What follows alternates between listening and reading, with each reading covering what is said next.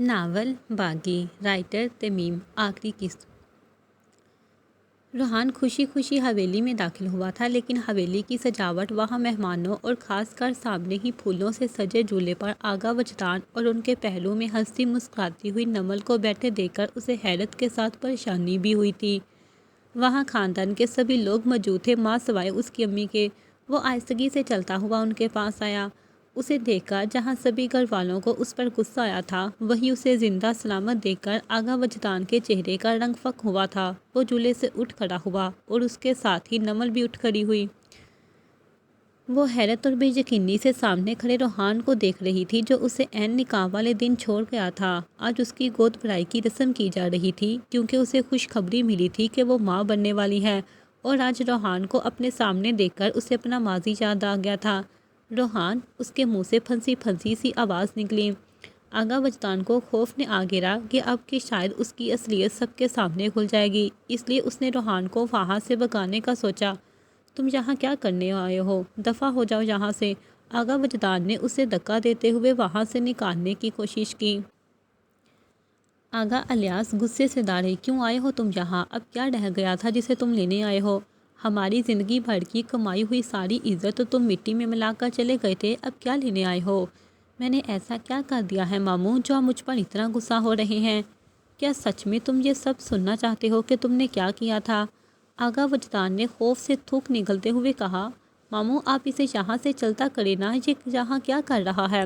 روحان نے آغا وجدان کو دیکھا، جس کا چہرہ اصلیت کھل جانے کے ڈر سے پیلا پڑ گیا تھا۔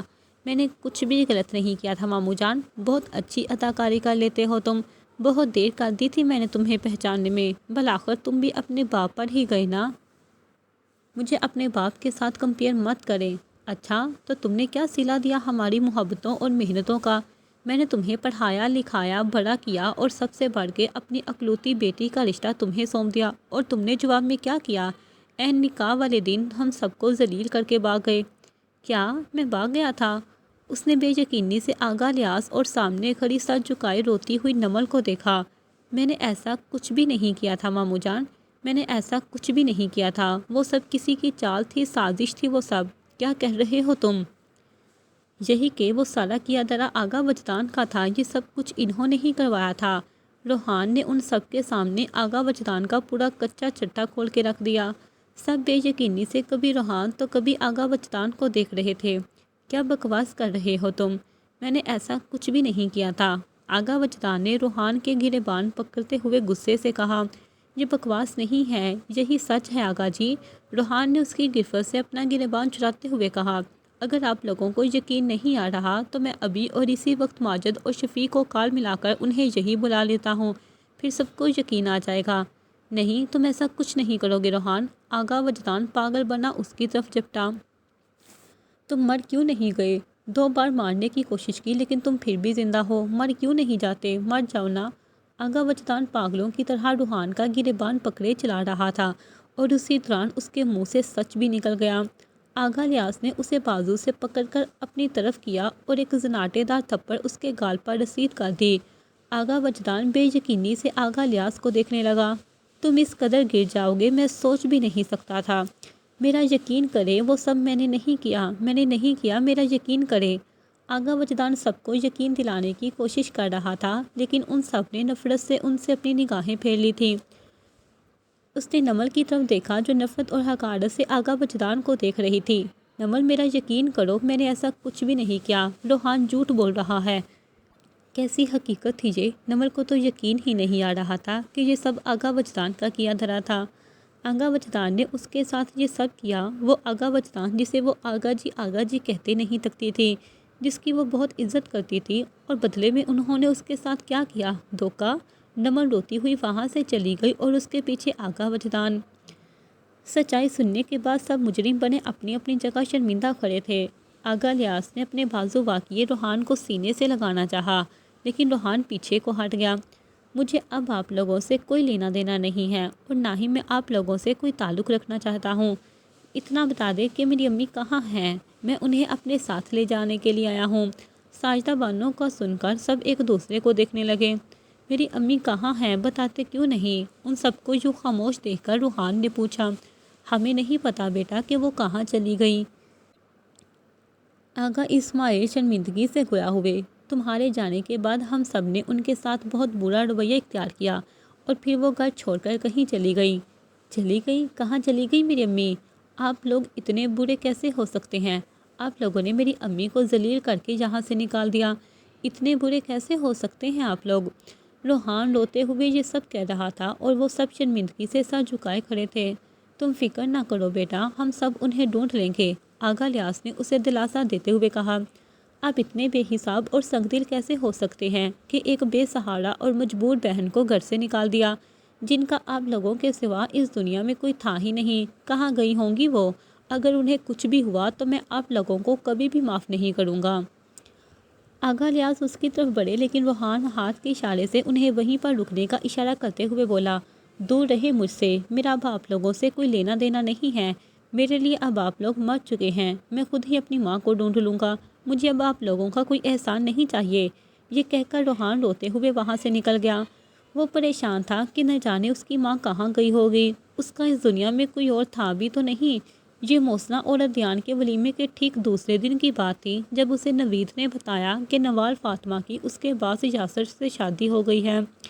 یہ خبر سن کر اسے بے انتہا تکلیف ہوئی تھی اور اس وقت وہ اپنے دل کی ساری براز اور غصہ بیچاری محسنہ پر نکال کر سیدھا لائبریری روم میں چلا آیا۔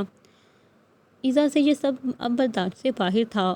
وہ مزید اپنی وجہ سے کسی اور کی معصوم زندگی برباد ہوتے نہیں دیکھ سکتی تھی، اس لیے وہ ایک اٹل فیصلہ کیے سیدھی لائبریری روم ارحام سے بات کرنے چلی آئی۔ ارے گڑیا، تم یہاں کوئی کام تھا کیا؟ ارحام ایک کتاب اٹھاتے ہوئے اسے دیکھ کر بولا۔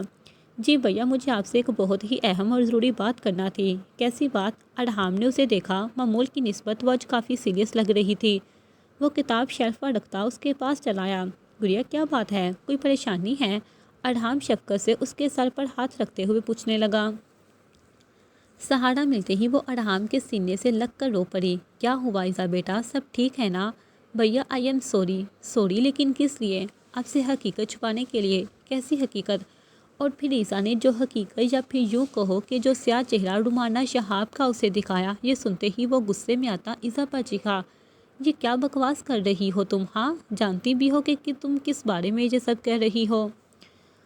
ہاں جانتی ہوں بھیا کہ وہ عورت میری سگی ماں ہے، لیکن وہ ماں کہلانے کے بالکل بھی لائق نہیں ہے۔ انہوں نے مجھے بھی حقیقت جاننے کی پاداش میں نہ جانے کتنے دنوں تک حبس میں بھیجا رکھا۔ وہ ماں کہلانے کے تو بالکل بھی قابل نہیں ہیں۔ وہ بہت بری ہیں بھیا، بہت بری۔ آپ ہمیشہ سے ان پر اندھا اعتماد کرتے آئے ہیں، تبھی تو انہوں نے آپ سے وہ سب کچھ چھین لیا جس کا آپ کو اندازہ تک نہیں ہے۔ انہوں نے وانیہ بابی اور ان کے بچے کو مروا دیا، نوال کو آپ سے جدا کر دیا، اور یہاں تک انہوں نے محسنہ بابی کو بھی دھمکایا کہ وہ آپ سے دور رہیں۔ کیا کہہ رہی ہو تم؟ میں سچ کہہ رہی ہوں بھیا، میں اللہ تعالیٰ کی قسم کھا کر کہتی ہوں کہ سب سچ کہہ رہی ہوں۔ وانیہ بابی کی موت ایک حادثہ نہیں تھا، بلکہ موم نے انہیں مروایا تھا تاکہ وہ آپ کے بچے کی ماں نہ بن سکیں، کیونکہ وہ یہ سب کچھ میرے نام کروانا چاہتی تھی۔ وہ آپ سے نفرت کرتی تھی کیونکہ آپ ان کے سگے بیٹے نہیں تھے، اس لیے وہ نہیں چاہتی تھی کہ آپ کا کوئی بچہ ہو، اور نوال کو بھی اس لیے راستے سے ہٹا دیا کیونکہ وہ آپ سے سچ میں پیار کرنے لگی تھی اور وہ آپ کو حقیقت بتانا چاہتی تھی۔ یہ سب سننے کے بعد ارحام کو لگا کہ وہ بہرا ہو چکا ہے۔ وہ گر ہی جاتا اگر جو اسے ایزا سہارا نہ دیتی۔ وہ عورت جسے وہ بچپن سے لے کر آج تک سگی ماں سے بھی بڑھ کر چاہتا اور پیار کرتا آیا تھا، وہ عورت جسے وہ اپنی جنت کہتا تھا، اس نے اس کے ساتھ یہ سب کیا۔ یہ سب ناقابل یقین تھا، اور یہی بات پوچھنے وہ محسنہ کے پاس گیا کہ وہ اسے سب کچھ سچ سچ بتا دے اور اس کی ماں نے اس سے کیا کہا تھا۔ ایزا کے حوصلہ دینے پر محسنہ نے ڈرتے ہوئے اسے پوری سچائی بتا دی۔ ارحام بے سدھ صوفے پر گر سا گیا۔ اسے یاد آیا کہ نوال بھی اسے یہی کچھ کہہ رہی تھی، لیکن اس نے اس کی بات پہ یقین نہیں کیا تھا۔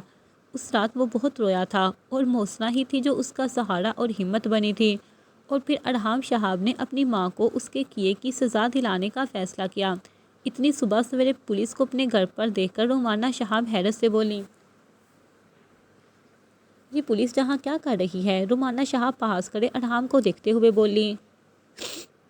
میڈم رومانہ شہاب، ہم آپ کو اپنی بہو وانیہ عبدالودود اور ان کے بچے کو جان سے مارنے کے لیے آپ کو گرفتار کرتے آئے ہیں۔ کیا کہہ رہے ہو تم لوگ؟ میں نے نہیں مارا انہیں۔ ارحام تم چپ کیوں کھڑے ہو؟ بتاؤ نا انہیں کہ میں نے نہیں کیا یہ سب۔ بس کر دے مام، اور کتنا جھوٹ بولیں گی آپ؟ میں آپ کے بارے میں سب کچھ جان چکا ہوں۔ یقین نہیں آتا کہ اتنے سالوں میں آپ کو پیار کرتا رہا، آپ کو ماں کہتا رہا۔ آپ تو ماں کہلانے کے بالکل بھی قابل نہیں ہیں۔ آپ نے جو کچھ بھی غلط کیا، اب ان کی بھرپائی کا وقت ہے۔ جائیں اور اپنے کیے کی سزا کاٹیں۔ انسپکٹر صاحب لے جائیں انہیں۔ یہ کہتے ہوئے کئی آنسو اس کی آنکھوں سے گرے تھے۔ ارحام کے منہ سے یہ سب سن کر وہ سکتے میں آ گئی۔ یہ تم کیا کہہ رہے ہو؟ میں نے ایسا کچھ نہیں کیا۔ ایزا میری جان، تم ہی کچھ کہو نا۔ رومانہ نے ایزا کی طرف دیکھا، لیکن ایزا نے بھی اپنا چہرہ ان سے پھیر لیا۔ پولیس رومانہ شہاب کو گرفتار کر کے وہاں سے لے گئی۔ جاتے ہوئے وہ چیخ رہی تھی، چلا رہی تھی کہ انہوں نے کچھ بھی نہیں کیا۔ ماں کی گرفتاری دیکھ کر ایزا ارحام کے سینے سے لگتی رو پڑی۔ ارحام اسے سینے سے لگائے دلاسے دے رہا تھا۔ سب کچھ جاننے کے بعد ارحام کی آنکھیں کھل چکی تھی۔ جو ہونا تھا وہ ہو چکا، لیکن اب جو کچھ بچا تھا وہ اسے کھونا نہیں چاہتا تھا۔ محسنہ ہی اب اس کی بیوی اور شریک حیات تھی، اور اس حقیقت کو وہ جتنی جلدی قبول کر سکتا تھا یہی اس کے لیے بہتر تھا۔ اور پھر اس نے محسنہ کے ساتھ زندگی کی ایک نئی شروعات کی، جہاں اب وہ اپنی چھوٹی سی فیملی کے ساتھ بہت خوش تھا۔ روحان وہاں سے سیدھا طلحہ کے پاس چلا آیا اور اسے روتے ہوئے دیکھ کر پوری ردا سنا ڈالی کہ اس کی ماں کہیں چلی گئی ہے۔ طلحہ نے اسے ہمت بندھائی کہ وہ اپنی پوری کوشش کرے گا اس کی والدہ کو ڈھونڈنے کی، اور انشاءاللہ بہت جلد اس کی ماں مل جائے گی۔ اسی وقت صابرہ نے طلحہ کو اپنے پاس بلایا کہ وہ اسے اس کی بہن اسوہ کے بارے میں کچھ بتانا چاہتی ہیں۔ طلحہ فوراً سے وہاں چلا گیا۔ صابرہ نے اسے پوری حقیقت بتائی کہ اس نے اس کی بہن اسوہ کو چھت سے دھکا دے دیا تھا، جس کی وجہ سے اس کی بینائی چلی گئی۔ وہ شدید زخمی تھی۔ تبھی وہ پولیس کے ڈر سے اس نزدیکی یتیم خانے کے باہر چھوڑ کر بھاگ گئی۔ یہ سب جاننے کے بعد طلحہ نے اپنی کوشش اور تیز کر دی۔ ڈھونڈتے ڈھونڈتے وہ بالآخر شمیم اڑا تک پہنچ گیا، لیکن وہاں بھی اسے اسوہ نامی لڑکی کے متعلق کچھ بھی پتہ نہ چلا۔ اس دن وہ بہت دل برداشتہ ہو گیا تھا۔ شاید اب اسے کبھی بھی اپنی بہن نہ مل سکے، نہ جانے وہ کہاں اور کس حال میں ہوگی۔ یہی سوچ سوچ کر وہ پریشان سا گھر واپس روانہ ہوا۔ آج حورین ساجدہ بانو نور کے ساتھ طلحہ کے گھر آئی تھی۔ طلحہ گھر پر موجود نہ تھا تو وہ یوں ہی طلحہ کے کمرے میں چلی آئی۔ ساجدہ بانو اس وقت کچن میں کھانا بنا رہی تھی تاکہ طلحہ کے آتے ہی وہ سب مل کر کھانا کھائیں۔ حورین طلحہ کے کمرے میں کھڑی بک شیلف میں رکھی کتابیں دیکھ رہی تھی، تبھی اس کی نگاہ ایک فوٹو البم پر پڑی۔ وہ البم اٹھاتی بیڈ پر آئی اور وقت گزاری کے لیے فوٹوز دیکھنے لگی، اور تب اس پر یہ حقیقت آشکار ہوئی۔ اس نے دیکھا اس البم میں اس کے بھائی، ابو اور امی کی فوٹوز تھیں۔ ہاں، وہ اپنے بھائی کو کیسے بھول سکتی تھی جو اس کے لیے ہمیشہ ستیلی کے سامنے آہنی دیوار بن کر کھڑا ہوتا تھا۔ یہ تو میرے بھیاں ہیں۔ اس کا دماغ تیزی سے کچھ سوچنے لگا۔ تو کیا طلحہ بھائی ہی میرے بھیاں ہیں؟ اتنے مہینوں تک وہ جس شفیق مہربان شخص کو دیکھ رہی تھی وہ اس کا سگا بھائی تھا۔ کیسی حقیقت تھی یہ؟ وہ اپنے سگے بھائی کے اتنے قریب ہو کر بھی اسے پہچان نہ پائی تھی۔ وہ البم کو سینے سے لگائے رو رہی تھی۔ تب بھی طلحہ ہارے قدموں کے ساتھ کمرے میں داخل ہوا اور بیڈ پر حورین کو یوں روتے دیکھ کر وہ پریشان ہوتا اس کے پاس چلا آیا۔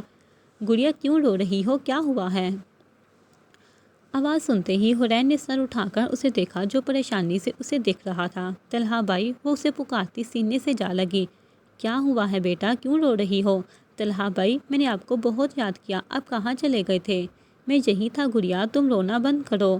طلحہ کی آمد کا سن کر ساجدہ بانو بھی وہاں چلی آئی، لیکن اس کے قدم دروازے پر ہی تھم سے گئے۔ بھیا، میں نے آپ کو پہچاننے میں بہت دیر کر دی۔ کیا ہوا ہے؟ حورین اس سے الگ ہوتی ہوئی اس سے وہ البم دکھانے لگی۔ کہ تم اسے جانتی ہو؟ حورین نے سر اسبات میں ہلایا۔ بھیا، میں ہی اسوہ ہوں، آپ کی بہن۔ کیا اسوہ؟ میری بہن اسوہ؟ جی بھائی۔ یہ سنتے ہی طلحہ نے بینچ کر اسے سینے سے لگا لیا۔ اسوہ میری جان، میں نے تمہیں کہاں کہاں نہیں ڈھونڈا، وہ حورین کا ساتھ چومتے ہوئے نم آنکھوں سے بولا۔ دونوں بہن بھائی مل جانے کی خوشی میں رو رہے تھے، اور یہ منظر دیکھ کر ساجدہ بانو کی آنکھیں بھی بڑھ آئیں۔ وہ دونوں کو اکیلا چھوڑ کر کچن میں چلی گئی۔ یہ بہت بڑی خوشخبری تھی۔ طلحہ نے کال کر کے روحان اور نوین کو گھر بلا لیا۔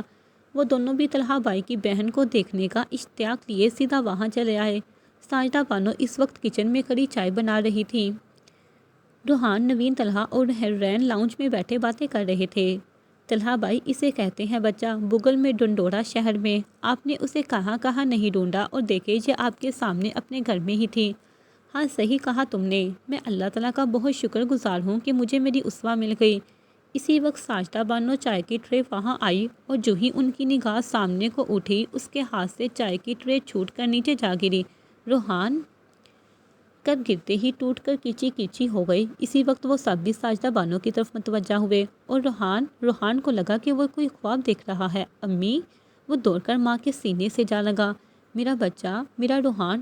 ساجدہ بانو اسے سینے سے لگائے بے تحاشا رو رہی تھی اور یہی حال روحان کا بھی تھا۔ وہ سب بھی آہستہ آہستہ سب سمجھ گئے کہ آخر معاملہ کیا ہے۔ ساجدہ بانو اس کا چہرہ ہاتھوں میں پکڑے اس کے ایک ایک نقش کو چومتے ہوئے بولی، کہاں چلے گئے تھے تم؟ امی میں آپ کو سب کچھ بتاتا ہوں، آپ آئیں میرے ساتھ۔ روحان نے انہیں اپنے ساتھ بٹھایا اور پوری کہانی انہیں بتائی۔ وہ بے یقین سی روحان کو دیکھنے لگی۔ کیا یہ سب مجتان نے کیا تھا؟ جی امی، اگر اس وقت طلحہ بھائی اور مون بھائی میری مدد نہ کرتے تو آج میں یہاں نہ ہوتا۔ ساجدہ بانو نے ایک بار پھر سے اسے سینے سے لگا لیا۔ میرا بچہ، اللہ کا لاکھ لاکھ شکر ہے۔ پھر وہ طلحہ کو دیکھے ہوئے بولی، بیٹا تمہارا بہت بہت شکریہ، تم نے مجھ پر ایک اور بڑا احسان کیا ہے۔ امی اب آپ مجھے شرمندہ کر رہی ہیں۔ جس طرح آپ میری ماں کی طرح ہیں اسی طرح روحان میرے چھوٹے بھائی کی طرح ہیں، آج سے آپ میری فیملی ہیں۔ وہ سب مسکرا کر ایک دوسرے کو دیکھنے لگے۔ طلحہ نے ساجدہ بانو کو ہمیشہ کے لیے اپنے ساتھ رکنے کا کہا تھا۔ حورین کی بھی یہی خواہش تھی اور روحان کی بھی، تو مجبوراً ساجدہ بانو کو ان کی بات ماننا پڑی۔ سب کچھ ٹھیک ہو جانے پر روحان نے ساجدہ بانو سے اپنی خواہش کا اظہار کیا اور اس کی اس خواہش کو پورا کرنے کے لیے ساجدہ بانو طلحہ اور حورین کے ساتھ نوین کے گھر رشتہ لینے گئی۔ نوین کی والدہ کو تو وہ پہلی ہی نگاہ میں پسند آ گئے تھے، فوراً سے ہاں کر دی۔ نوین سے اس کی رائے لی۔ روحان اچھا لڑکا تھا، بھلا نوین کو کیا اعتراض ہو سکتا تھا؟ اس نے بھی اپنی رضامندی دے دی اور ساجدہ بانو ایک سیکنڈ کی بھی دیر کیے بغیر نورین کو روحان کے نام کی انگوٹھی پہنائی۔ روحان کی خوشی دیتنی تھی، بالآخر اس نے نوین کو پا ہی لیا۔ برے آدمی سے کہانی سننے کے دوسرے دن ہی سلویٰ کو پتہ چلا کہ وہ برا آدمی مر چکا ہے۔ یہ سن کر اسے بہت دکھ ہوا تھا۔ زلیخا کی چیخیں اس نے بھی سنی تھی، شاید وہ اس کا کوئی سگا تھا، لیکن وہ نہیں جانتی تھی کہ وہ اس کا باپ تھا۔ ربیہ شاہ اپنی بیٹی کو ڈھونڈتے ہوئے بڑی حویلی آ گئی۔ مہدی انہیں یہاں دیکھ کر حیران ہوا تھا کہ آخر ان کا اس حویلی سے کیا تعلق۔ اور پھر جب ربیہ شاہ سلویٰ کے بارے میں ضمیر علی شاہ سے پوچھ تاچھ کرنے لگی اور ماضی کے حوالے دیے، تب اس پر یہ انکشاف ہوا کہ سلویٰ تو اصل میں اس کے چچا شاہ زمان شاہ کی بیٹی تھی۔ ربیہ شاہ جاتے ہوئے اسے دھمکی دے گئی تھی کہ وہ واپس آئے گی، لیکن اس بار وہ پولیس اور اریسٹ وارنٹ لے کر آئے گی تاکہ وہ اس پوری حویلی کی تلاشی لے سکے۔ ضمیر علی شاہ ڈر گیا تھا، اگر اس حویلی کی تلاشی لی گئی تو پھر اس کا پورا سچ باہر آ جائے گا، اس لیے اس نے رات ہی اپنے 2 بندوں کو اس کام پر مأمور کیا کہ وہ آج رات ہی سلویٰ کو جان سے مار ڈالیں۔ زلیخا اپنے باپ کی موت پر بہت دل برداشتہ تھی۔ وہ جیسے تیسے کر کے اپنے باپ کی موت کا بدلہ لینا چاہتی تھی، اور جب اسے پتہ چلا کہ ضمیر علی شاہ سلویٰ کو مارنا چاہتا ہے تو اس نے اس کی مدد کا سوچا۔ اس رات سونی اور مودی شاہ سکندر اور مہرونسا کا نکاح ہونا تھا۔ ضمیر علی شاہ وہیں مصروف تھا۔ زلیخا کے لیے یہ اچھا موقع تھا۔ اس نے ان دونوں آدمیوں کے کھانے میں نشہ آور دوا ملا کر انہیں بے ہوش کیا اور پھر سب سے چھت کر وہ سلویٰ کو وہاں سے باہر نکال لے آئی۔ زلیخا، تھینک یو سو مچ، تم نے میری ہیلپ کر کے مجھ پر بہت بڑا احسان کیا ہے۔ میں تمہیں اس احسان کا بدلہ ضرور دوں گی۔ مجھے اور کچھ نہیں چاہیے بی بی جی، بس اپنے باپ کے قاتل ضمیر علی شاہ کو پھانسی کے پھندے پر لٹکا ہوا دیکھنا چاہتی ہوں۔ تم یقین رکھو میں ایسا ہی کروں گی۔ ٹھیک ہے اب تم جاؤ یہاں سے تاکہ کسی کو بھی تم پر شک نہ ہو۔ سلویٰ نے اسے وہاں سے جانے کا کہا، جس پر زلیخا عمل کرتی وہاں سے بھاگ گئی۔ سلویٰ نے اس تہہ خانے سے باہر نکلتے ہی خدا کا شکر ادا کیا اور سیدھی حویلی کی طرف چل دی جہاں پر سونی اور مہدی شاہ کا نکاح پڑھایا جا رہا تھا۔ مولوی صاحب میر مہدی سے پوچھ رہے تھے کہ کیا اسے یہ نکاح قبول ہے، لیکن جواب میں مہدی شاہ کی طرف سے خاموشی تھی۔ وہ اپنے دل کو مارنا نہیں چاہتا تھا جو سلویٰ شاہ زمان شاہ کو پیار کرتا تھا۔ بولو بیٹا، کیا یہ تمہیں نکاح قبول ہے؟ مولوی نے پھر سے اپنے الفاظ دہرائے۔ ضمیر علی شاہ نے اس بار کہا، مہدی جی بابا سائیں، مولوی صاحب تم سے کچھ پوچھ رہے ہیں۔ اس سے پہلے کہ وہ قبول ہے کہتا، سلویٰ نے وہاں انٹری ماری۔ یہ نکاح نہیں ہو سکتا مولوی صاحب۔ کیا؟ سلویٰ کو دیکھ کر سب ہی چونک اٹھے، خاص کر مہدی اور ضمیر علی شاہ۔ وہ تو اپنی جگہ سے اچھل ہی پڑے تھے اسے یوں سامنے دے کر۔ لڑکی تم یہاں کیسے؟ جی میں سلویٰ شاہ زمان شاہ، جسے آپ نے جان سے مارنے کی کوشش کی لیکن وہ آپ کی کوشش ناکام بن گئی۔ تم وہاں سے کیسے بچ کے آ سکتی ہو؟ میرل پکڑو اسے۔ اس سے پہلے کہ اس کے آدمی سلوا کو پکڑتے، مہدی شاہ سلوا کے سامنے دیوار بن کر کھڑا ہو گیا۔ یہ کیا کر رہے ہو تم مہدی؟ ہٹو سامنے سے۔ نہیں بابا سائیں، یہ میری بیوی ہے۔ سلوا مہدی کو دیکھنے لگی جو اس کے سامنے کھڑا سب کے سامنے ببانگ دہل کہہ رہا تھا کہ وہ اس کی بیوی ہے۔ اب کے حیران ہونے کی باری ضمیر علی شاہ کی تھی۔ بیوی؟ جی بابا سائیں، یہی سچ ہے، یہ میری بیوی ہے۔ تم نے ایسا کیسے کیا مہدی شاہ؟ ضمیر علی شاہ بے یقین تھا۔ آپ کا کھیل ختم ہوا ضمیر علی شاہ، میں سب کچھ جان چکی ہوں۔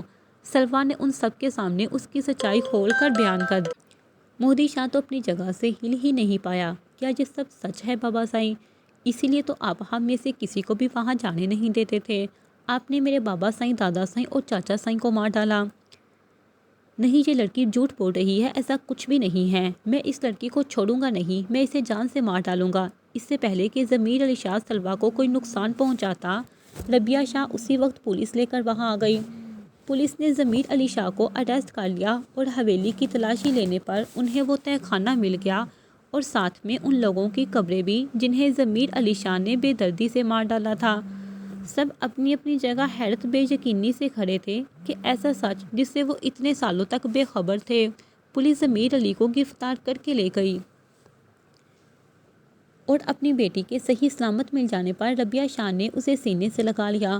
انمول اور مہدی بھی ساتھ آئے تھے، لیکن سلوا کے ساتھ مہدی کے نکاح کی خبر سن کر اسے جھٹکا ہی تو لگا تھا۔ اس بیچاری کے ارمانوں پر پانی پھیر دیا تھا سلوا شاہ زمان شاہ نے۔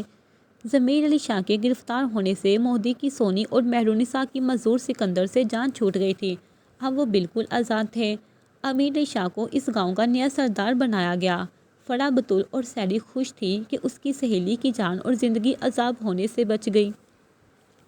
مہدی شاہ اچھا لڑکا تھا اور اب تو سلوا اس کی منکوحہ بھی تھی، بھلا ربیہ شاہ کو اور کیا فکر ہو سکتی تھی۔ مہدی نے سلوا سے مانگی کہ وہ اس کا خیال نہیں رکھ پایا، لیکن آگے سے وہ اس کا خیال رکھنے کا وعدہ کر چکا تھا۔ سلوا، مہدی اور حویلی کے سبھی لوگوں نے ربیہ سے کہا کہ اب وہ حویلی میں ہی رہیں۔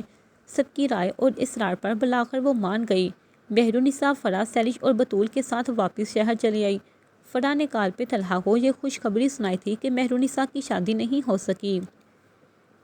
یہ خبر سن کر وہ بہت خوش ہوا تھا۔ اب وقت تھا کہ وہ ساجدہ بانو کو گاؤں بھیجے تاکہ وہ اس کے لیے اس کے بابا سے اس کا رشتہ مانگے، اس سے پہلے کہ دیر ہو جائے۔ دوسری طرف فرا کے جاتے ہی میرین نے اپنی والدہ سے کہا کہ وہ فرا سے شادی کرنا چاہتا ہے تو وہ لوگ شہر جا کر اس کے بھائی سے اس کا رشتہ مانگ لیں۔ امیر علی شاہ نے اسے امید دلائی کہ گاؤں کے ضروری کام نپٹا کر وہ بہت جلد شہر جائیں گے فرا کا رشتہ مانگنے۔ فرا گاؤں سے سیدھی طلحہ کے گھر آئی اور پھر یہیں پر اس کا سامنا حرین سے ہوا۔ حرین کو دیکھ کر اسے یقین نہیں آیا کہ وہ زندہ ہے۔ حرین، تم زندہ ہو؟ کہاں چلی گئی تھی تم حرین؟ فرا اس کا نام لیتی اسے گلے سے لگتی پھوٹ پھوٹ کا رو دی۔ سب بے یقین سے ایک دوسرے کو دیکھ رہے تھے۔ تب فرا نے ان سب کو حقیقت بتائی اور حرین کے ساتھ جو کچھ کیا وہ بھی، جس پر وہ آج تک شرمندہ تھی۔ حرین نے اسے تسلی دی کہ وہ اس بالکل بھی ناراض نہیں، بلکہ اسے تو خوشی ہے کہ اس طرح اس حادثے سے اس کی بینائی واپس آ گئی اور ساتھ میں اس کی سہیلی بھی اسے واپس مل گئی۔ سب حیران تھے کہ وہ سب لوگ اتنے قریب تھے لیکن پھر بھی اتنے مہینوں تک ایک دوسرے سے دور رہے، لیکن شکر تھا کہ اب سب ٹھیک تھا۔ آج حرین اور فرا اپنے پرانے وقت کو یاد کرنے کے لیے دارالارمان کا چکر لگانے آئیں۔ وہ میڈم شمیم ادا سے ملی اور انہیں اپنے بارے میں سب کچھ بتایا۔ انہیں اس حال میں دیکھ کر وہ بہت خوش ہوئیں۔ اس دن اتفاق سے فردین بھی ان سے ملنے آیا تھا اور وہاں حرین کو دیکھ کر اس کی خوشی کا کوئی ٹھکانہ نہ رہا۔ بالآخر اللہ نے اس کی سن لی۔ اتنے مہینوں بعد اسے حرین مل ہی گئی۔ اس نے حرین کے جانے کے بعد فوراً میڈم شمیم ادا سے ان کے گھر کا پتہ مانگا تو انہوں نے طلحہ کے گھر کا ایڈریس دے دیا۔ یوں دوسرے دن اس نے اپنے والدین کو حرین کا رشتہ لینے بھیج دیا۔ ان لوگوں نے اپنے آنے کا مقصد بیان کیا۔ بہت اچھی فیملی تھی اور تو اور ان کا بیٹا حرین کو تب سے پسند کرتا تھا جب وہ نابینا تھی۔ ساجدہ بانو نے طلحہ سے کہا کہ ہاں کر دے، بہت اچھا لڑکا ہے اور فیملی بھی اچھی ہے، اور یوں فائنلی فردین کا رشتہ حرین کے ساتھ طے ہو گیا۔ اتنے مہینے اس سے دور رہنے کا پھل اس سے اس رشتے کے پکے ہو جانے کی صورت میں ملا۔ اپنے بیٹے کو جو خوش دیکھ کر وہ بھی بہت خوش اور مطمئن تھے۔ طلحہ نے ساجدہ بانو کو گاؤں بھیجا تھا مہرونسا کا رشتہ لینے۔ ان کے ساتھ حرین اور فرا بھی ساتھ چلی گئیں۔ مہرونسا کو فرا نے گاؤں جانے سے پہلے کال کر کے پارک بلایا تھا، یہ کہہ کر کہ اس سے کوئی ضروری بات کرنی ہے، اور یہی سوچ کر جب مہرونسا پارک آئی تو وہاں اسے طلحہ مل گیا۔ اب یہاں فرا کہاں ہے؟ جی دراصل میں نے اسے کہا تھا کہ وہ آپ کو یہاں بلائے، لیکن کیوں؟ مجھے آپ سے ایک ضروری بات کرنی تھی۔ مہرونیسا گھبراہٹ کا شکار ہو رہی تھی۔ اس کی یہ گھبراہٹ دیکھ کر طلحہ نے اسے مطمئن کرتے ہوئے کہا، دیکھیے گھبرائے نہیں، مجھے آپ سے یہ کہنا تھا کہ میں نے ساجدہ امی کو آپ کے گاؤں بھیجا ہے آپ کا رشتہ لینے۔ کیا میرا رشتہ؟ جی آپ کا رشتہ۔ دراصل میں آپ کو پسند کرتا ہوں، اب سے نہیں بلکہ اس دن سے جب آپ مجھے پہلی بار ملی تھی۔ میں آپ کو پسند کرتا ہوں اور رشتہ بیچ کر آپ سے آپ کی رضامندی کے ساتھ آپ کو اپنی شریک حیات بنانا چاہتا ہوں۔ مہرونیسا گنگ کھڑی اس کی باتیں سن رہی تھی۔ میں آپ کو ہمیشہ خوش رکھوں گا، آپ مجھ پر بھروسہ کر سکتی ہیں، پلیز انکار مت کیجیے گا۔ مہرونیسا نے سر اٹھا کر سامنے کھڑے طلحہ اجاز کو دیکھا۔ وہ بہت اچھا انسان تھا۔ ابھی وہ کچھ کہنا چاہ رہی تھی، تبھی اسی وقت ساجدہ بانو نے طلحہ کو کال کر کے بتایا کہ اس کا رشتہ قبول کر لیا گیا ہے اور ساتھ میں انہوں نے اپنے بیٹے کے لیے فرح کا ہاتھ بھی مانگا ہے۔ طلحہ کی خوشی دیدنی تھی۔ لے وہاں سے تو میرے حق میں فیصلہ سنا دیا گیا ہے، اب بس آپ کی رضامندی رہتی ہے۔ کیا آپ کو طلحہ اجاز قبول ہے؟ قبول ہے، پورے دل کے ساتھ۔ مہرونیسا یہ کہتی وہاں سے شرما کر بھاگ گئی اور پیچھے کئی لمحے تک تو اسے یقین ہی نہیں آیا، اور جب یقین آیا تو دل کھول کر مسکرایا۔ یا اللہ تیرا لاکھ لاکھ شکر ہے کہ میری زندگی کی اتنی آزمائشوں کے بعد مجھے یہ ساری خوشیاں عطا کی۔ طلحہ اللہ تعالیٰ کا شکر ادا کرتا گھر کو روانہ ہوا، کیونکہ ساجدہ بانو گاؤں سے نکل چکی تھیں۔ عروج مراج نے انجی کی مدد سے مستقیم سے ایک ملاقات کی اور اسے پاشا کے بارے میں بتایا۔ عروج نے بتایا کہ وہ کس طرح اور کیسے پاشا کے ٹھکانے میں داخل ہو سکتا ہے۔ عروج جو کچھ بھی جانتی تھی اس نے مستقیم کو سب کچھ بتا دیا اور وعدہ بھی کیا کہ وہ گلالہ، لالا اور وہاں موجود جتنے بھی لوگ قید کیے ہوئے ہیں ان سب کو نکالنے میں اس کی اندر سے مدد کرے گی۔ پھر ان تینوں نے ایک پلان تشکیل دیا۔ مستقیم یہ سب اکیلے کرنا چاہتا تھا، وہ نہیں چاہتا تھا کہ ان سب کے درمیان نوین، روحان، حذیفہ یا پھر اس کے باقی ساتھیوں میں سے کسی کو بھی کچھ ہو، اس لیے وہ اپنی جان جوخم میں ڈال کر ان سب کو بچانا چاہتا تھا۔ لیکن انجی اور عروج اپنی اس ضد پر قائم تھی کہ وہ مستقیم کے ساتھ اس پلان پر عمل درآمد کریں گی۔ اس رات پلان پر عمل درآمد کرتے ہوئے عروج مراج نے پاشا اور ان کے تمام ساتھیوں کے کھانے میں بے ہوشی کی دوا ملا دی، جس کی وجہ سے پاشا کے ساتھ ساتھ تمام ساتھی بے ہوش ہو گئے۔ یہ موقع اچھا تھا۔ عروج نے انجی کو میسج کیا کہ وہ لوگ آ جائیں اور اس نے دروازہ کھول دیا ہے۔ میسج ملتے ہی انجی اور مستقیم عروج مراج کی مدد سے اندر داخل ہوئے۔ اس کام میں پروفیسر مراج بھی ان کی مدد کر رہا تھا۔ عروج ان کو لے کر سیدھی تہہ خانے میں چلی آئی۔ عروج علی رضا کو چھڑانے گئی اور انجی سیف کو۔ لالا مستقیم کو یہاں دیکھ کر حیران ہونے کے ساتھ ساتھ بے انتہا خوش بھی تھا۔ لالا کو چھڑا کر مستقیم گل لالا کے پاس چلا گیا اور لالا باقی ساتھیوں کو چھڑانے لگا۔ مستقیم کو وہاں دیکھ کر جو خوشی گل لالا کو محسوس ہوئی وہ اسے بیان نہیں کر سکتی تھی۔ مستقیم نے اسے رسیوں سے آزاد کرتے ہوئے کہا، اب سے تم آزاد ہو گل لالا۔ اور بابا؟ گل لالا نے لالا کا پوچھا۔ انہیں پہلے ہی آزاد کروا لیا ہے، اب وہ شاید باقی ساتھیوں کو چھڑا رہے ہوں۔ چلو یہاں سے چلتے ہیں، اس سے پہلے کہ پاشا جاگ جائے ہمیں یہاں سے چلنا ہوگا۔ ٹھیک ہے چلتے ہیں۔ مستقیم کو لالا کا ہاتھ پکڑے وہاں سے باہر نکلا۔ تب تک لالا باقی ساتھیوں کو، عروج، علی رضا کو اور رنجیت سیف کو چھڑا کر باہر نکل آئے۔ سب آزاد ہونے پر بہت خوش تھے، لیکن ان کی یہ خوشی بس چند سیکنڈز کی تھی جب پاشا پروفیسر مراج کے سر پر تنگانے وہاں سے لایا اور اس کے ساتھ ہی آس پاس سے پاشا کے بندوں نے ان پر گن تان لی۔ یہ سب کیا تھا بابا؟ عروج نے اپنے باپ کو پاشا کی پکڑ میں دے کر پریشانی سے کہا، تم کیا سمجھتی تھی؟ کیا تم یہ سب پلان کرو گی اور مجھے خبر بھی نہیں ہوگی؟ تو یہ بھول تھی تمہاری۔ میں تو اسی دن سے ہی تم پر نظر رکھے ہوئے تھا جب سے تمہارے بھائی نے مجھ سے غداری کی تھی۔ بابا کو جانے دو پاشا، جو کچھ کیا ہے وہ سب میں نے اکیلے کیا ہے، اس کی سزا مجھے دو۔ تم نے پاشا کو پاگل سمجھا ہوا ہے کیا؟ چلو ویسے اچھا ہی ہے کہ تمہارے اس پلان کی وجہ سے آج میں نے اتنے اہم لوگوں کو بھی پکڑ لیا ہے۔ پاشا مکاری سے مستقیم کو دیکھتے ہوئے ہنس دیا۔ تم کیا سمجھتے تھے کہ مجھے معلوم نہیں ہوگا کہ تم اصل میں کون ہو؟ مجھے پتہ لگ گیا تھا کہ تم ہی اصل میں مستقیم برہان ہو جو مون بھائی بننے کا ناٹک کر رہا ہے۔ پاشا ہنس دیا۔ چلو یہ تو بہت ہی اچھا ہوگا، ایک تیر سے اتنے سارے شکار۔ مستقیم نے چاروں طرف دیکھا، وہ بری طرح سے پھنس چکے تھے اور وہ لوگ نہتے بھی تھے۔ اگر وہ لوگ مقابلہ کرتے تو سب کے سب مارے جاتے اور مستقیم اپنی جان کی خاطر ان سب کی زندگیوں کو خطرے میں نہیں ڈال سکتا تھا۔ ٹھیک ہے پاشا، میں ہار مانتا ہوں، تمہیں مستقیم چاہیے نا، تو میں یہ رہا، مجھے پکڑ لو، لیکن ان سب کو جانے دو، ان سب میں ان کا کوئی قصور نہیں ہے۔ یہ اب کیا کہہ رہے ہیں مون بھائی؟ ہم نے آپ کے ساتھ آخری دم تک لڑنے کا وعدہ کیا تھا، اب خود کو قربان مت کریں۔ انجی نے مستقیم کو روکنا چاہا۔ یہ سن کر پاشا نے زبردست کہکا لگایا، واہ وفادار ہو تو ایسے، میں نے تم لوگوں کے لیے کیا کچھ نہیں کیا اور تم لوگ اس لڑکے کے لیے وفاداری دکھا رہے ہو۔ پاشا انجی اور عروج کو دیکھتے ہوئے بولا، کیونکہ اس نے ہمیں اپنے فائدے کے لیے استعمال نہیں کیا جس طرح تم نے ہمیں استعمال کیا پاشا، اس بار انجی نے جواب دیا تھا۔ واہ، پھر تو تم سب باقی لوگوں کو مر جانا چاہیے اور میں سب سے پہلے اسی انسان کو ہی جان سے مار ڈالوں گا جس کی وجہ سے تم سب لوگوں نے مجھ سے بغاوت کی۔ پاشا نے پروفیسر مراج کو دھکا دے کر نیچے گرا دیا اور ہاتھ میں پکڑے پستل کا رخ مستقیم کی طرف کر دیا۔ مون بھائی، سب نے پریشانی سے مستقیم کو دیکھا جو ڈرے بغیر پاشا کے سامنے سینہ تان کے کھڑا تھا۔ پاشا، اس سب میں اس کا کوئی قصور نہیں ہے، یہ ساری ٹیم میری ہے، تو تم مجھ سے بات کرو۔ لالا مستقیم کو بچانے آگے آیا۔ واہ لالا واہ، اپنے داماد کو بچانے کے لیے تم اپنی قربانی دے رہے ہو، یہ تو بہت خاص ہے بھی۔ ٹھیک ہے، پہلے پھر میں اس لڑکے کو ماروں گا اور پھر تم سب کو ایک ایک کر کے ماروں گا۔ یہ کہہ کر پاشا نے ٹریگر پر انگلی رکھی۔ اس سے پہلے کہ پاشا گولی چلاتا پیچھے سے کسی نے اس پر فائر کیا۔ مون بھائی ہم آ گئے، روحان نے چیخ کر کہا۔ پاشا کے ساتھ سبھی نے پیچھے مڑ کر دیکھا۔ عنایت بیگ اپنی پوری ٹیم روحان، حذیفہ، ماما ارسل، نوین وغیرہ کے ساتھ وہاں آیا اور ان سب کو گھیر لیا۔ مستقیم کے ساتھ باقی کے ہونٹوں پر مسکراہٹ دوڑ گئی۔ انجی نے بروقت حاضر دماغی کا مظاہرہ کرتے ہوئے ٹانگ کے ساتھ بندہ خنجر نکالا اور پاشا کی طرف اچھال دیا۔